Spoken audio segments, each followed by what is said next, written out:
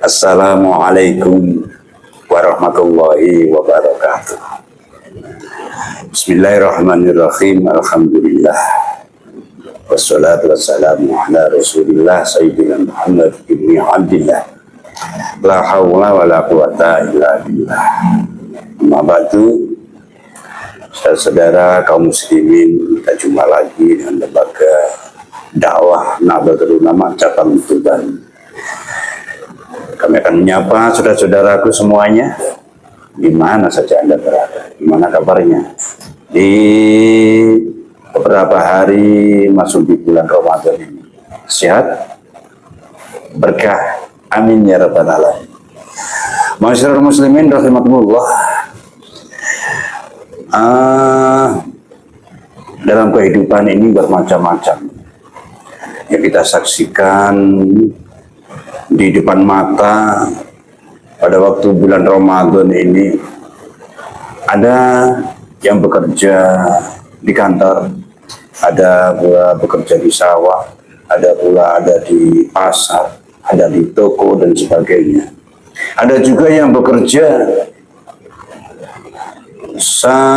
sangat keras, beratnya sebagai kuli panggul, bekerja di sawah, kadang-kadang juga berada di jalan raya, ya itu sungsung batu dan sebagainya. Nah, ini semuanya ada di depan mata kita. Alhamdulillah, kalau kita diberi kelebihan oleh Allah Subhanahu wa Ta'ala, diberi keistimewaan oleh Allah, kita diberikan rezeki oleh Allah, kemudian kita tidak bekerja seberat itu kita syukuri. Mudah-mudahan apa yang diberikan Allah kepada kita semuanya ini merupakan tanda cinta Allah kepada kita, dan selanjutnya juga bahwa tanda bahwa kita dicintai oleh Allah Subhanahu wa Ta'ala. Masyarakat muslimin rahimakumullah, salawat dan salam semoga tercurah kepada Nabi Muhammad sallallahu alaihi wasallam. Ramadan memang bukan hanya soal sahur dan berbuka ya. Kadang-kadang fokusnya itu nanti buka apa, kemudian nanti malam itu sahur apa, nanti takjilnya takjil berupa apa, bersama siapa dan sebagainya. Masyarakat muslimin rahimakumullah, semuanya ini sebagai ujian sebenarnya ya Allah. Kalau ada pertanyaan begini, mengapa Allah itu kok justru memberikan puasa sebagai kewajiban? Ya, Pak. Kalau kita ada pertanyaan semacam itu, mengapa kau puasa?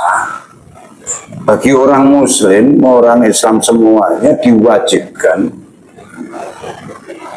Orang-orang yang beriman, justru Allah memilih orang-orang yang beriman, diperintah, diwajibkan untuk berpuasa sebulan penuh. Mengapa Allah sampai begitu? Kadang-kadang pertanyaan ini juga muncul. Apa Gusti Allah ini tidak kasihan pada orang-orang yang beriman? Kok malah disuruh lapar, disuruh dahaga? Padahal pada waktu puasa ini semua aktivitas hampir saja menurun. Bekerja mulai menurun, berpikir juga tidak bisa aktif seperti ketika tidak puasa. Nanti bicara juga terbatas karena puasa. Bukan karena hukumnya wajib, tidak boleh dan sebagainya. Semuanya males. Sudah males karena sedang berpuasa. Energi kita yang seharusnya biasanya energi kita masuk melalui makan, minum sebagainya, karena tidak kemasukan energi masuk, jadi aras-arasan. Nah, disinilah masyarakat muslimin rahimakumullah, Allah memberikan puasa Ramadan kepada orang-orang yang beriman. Ini salah satunya adalah memberikan nilai plus kepada orang-orang yang beriman. Dicoba oleh Allah Subhanahu wa taala bagaimana orang-orang yang beriman menyikapi ketika badan itu lemas, kemudian tetap melaksanakan ibadah, mengabdi sholat 5 waktu dengan kondisi yang tidak biasanya dalam 11 bulan. Nah, masyarakat muslimin rahimakumullah, ini bagi orang-orang yang cukup bisa bekerja dengan normal, kemudian mendapat rezeki, kemudian digunakan untuk persiapan berbuka dan sahur. Tapi bagi mereka-mereka yang tidak mampu di bidang finansial, katakan miskin, orang fakir, kemudian dia juga diwajibkan, sama kalau dia termasuk orang-orang yang beriman, juga diwajibkan oleh Allah untuk tetap puasa Ramadan sebulan penuh. Bagaimana menyikapi ini? Nah, inilah nilai plusnya bagi orang-orang yang beriman. Sebenarnya apakah kuat apa enggak melaksanakan kewajiban Allah Subhanahu wa taala bagi orang yang beriman? Makanya ini khusus untuk yang beriman. Yang tidak beriman kepada Allah, orang-orang yang tidak beriman tidak diwajibkan ini. Makanya hanya itu, orang-orang yang beriman inilah kekuatannya akan diuji oleh Allah Subhanahu wa taala dengan puasa Ramadan. Untuk apa diuji? Benarkah dengan puasa ini sikapnya berubah setelah diuji oleh Allah? Berubah enggak? Berubah malas? Atau mungkin juga hatinya juga berubah malah tidak lebih baik tapi lebih buruk. Dengan puasa ini akan semuanya seharusnya dengan puasa ini semua perbuatan-perbuatan yang buruk mestinya terganggu ya. Mestinya terganggu. Tidak terganggu gimana? Mestinya bisa melakukan yang tidak baik dengan puasa Ramadan, dengan berpuasa semuanya harus dihindari karena mengingat bahwa ini kalau dilakukan nanti akan membatalkan sholat. Hanya orang-orang yang beriman yang ingat bahwa kalau melakukan itu sia-sia puasanya. Ini hanya orang yang beriman. Kalau tidak beriman ya terserah saja. Itu urusan Allah nanti, tidak sekarang. Yang sekarang kita butuh ini ya ini yang kita cari. Yang kita butuh ini yang harus kita makan. Tapi bagi orang yang beriman tidak begitu. Akan menghitung apa yang dilakukan dan apa resikonya. Allah Subhanahu wa taala mewajibkan ini hanya orang-orang yang beriman. Ya ayyuhalladzina amanu kutiba alaikumusiyam. Jadi mari kita yang memang digolongkan oleh Allah Subhanahu wa taala sebagai orang yang beriman, mari kita bersama-sama menjaga keimanan kita dengan menjalankan ibadah puasa Ramadan ini. Masyarakat muslimin rahimakumullah. Untuk apa Ramadan ini harus dilaksanakan oleh orang-orang yang beriman? Karena orang-orang yang beriman ini tidak akan mencapai keberhasilan, mencapai titik akhir dari tujuan yang dimaksud oleh Allah Subhanahu wa taala, la'allakum tattaqun. Dan menjadi bukan hanya puasa aja rangkaiannya ya. Puasa ini imbasnya bisa kemana-mana karena harus menghindari kemaksiatan apa saja harus dihindari dalam melaksanakan ibadah puasa ini. Maka nantinya apabila Ramadan ini dilakukan dengan benar-benar dengan menghindari semua yang dilarang yang oleh Allah, yakni yang membatalkan puasa itu saja, atau tidak batal tadi sia-sia puasanya, bagi orang yang beriman itu dilakukan, maka hasil akhir dari puasa ini akan tercapai, yakni la'allakum tattaqun. Masyarakat muslimin rahimakumullah, para pekerja keras juga demikian, karena dia takut tidak masuk golongan la'allakum tattaqun, dia tetap berjuang bagaimana agar puasanya tetap dilaksanakan dengan baik, dengan upaya yang maksimal, walaupun dia sebagai pekerja berat sekalipun.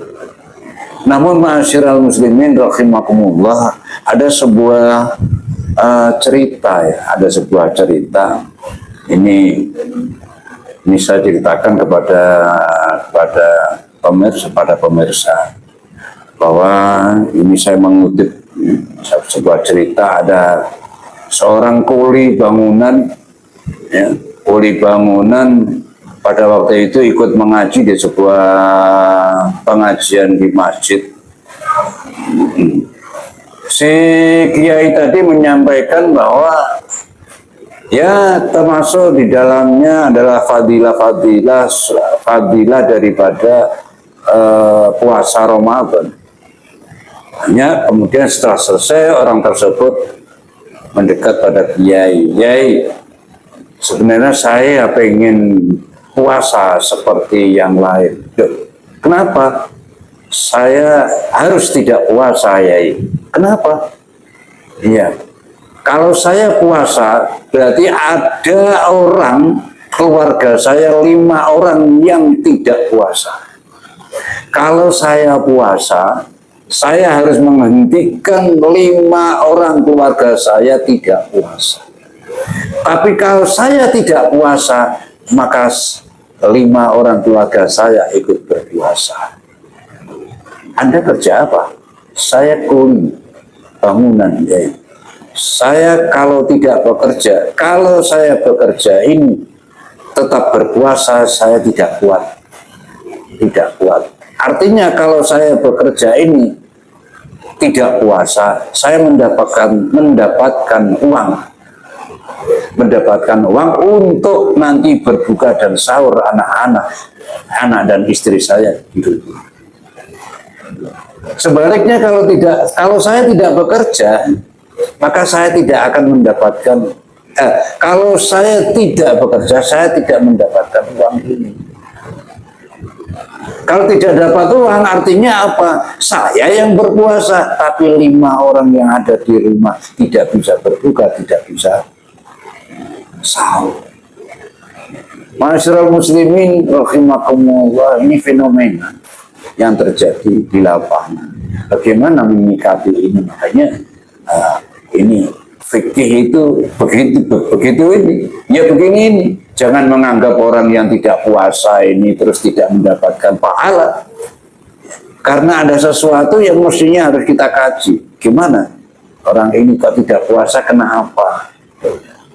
Akhirnya dapat usul bahwa dia menyelamatkan anak dan istrinya yang ada di rumah agar tetap dia yang keluarganya tetap puasa. Dia mengorbankan dirinya untuk agar menyelamatkan anak dan istrinya, walaupun dirinya juga tidak berpuasa. Kemudian Allah menyikapi bagaimana ini? Ini kita serahkan kepada Allah. Maka wallahu a'lam, ya. Bagaimana Allah menilai ini? Ya mudah-mudahan dengan hati yang ikhlas, dengan cara begini, ya.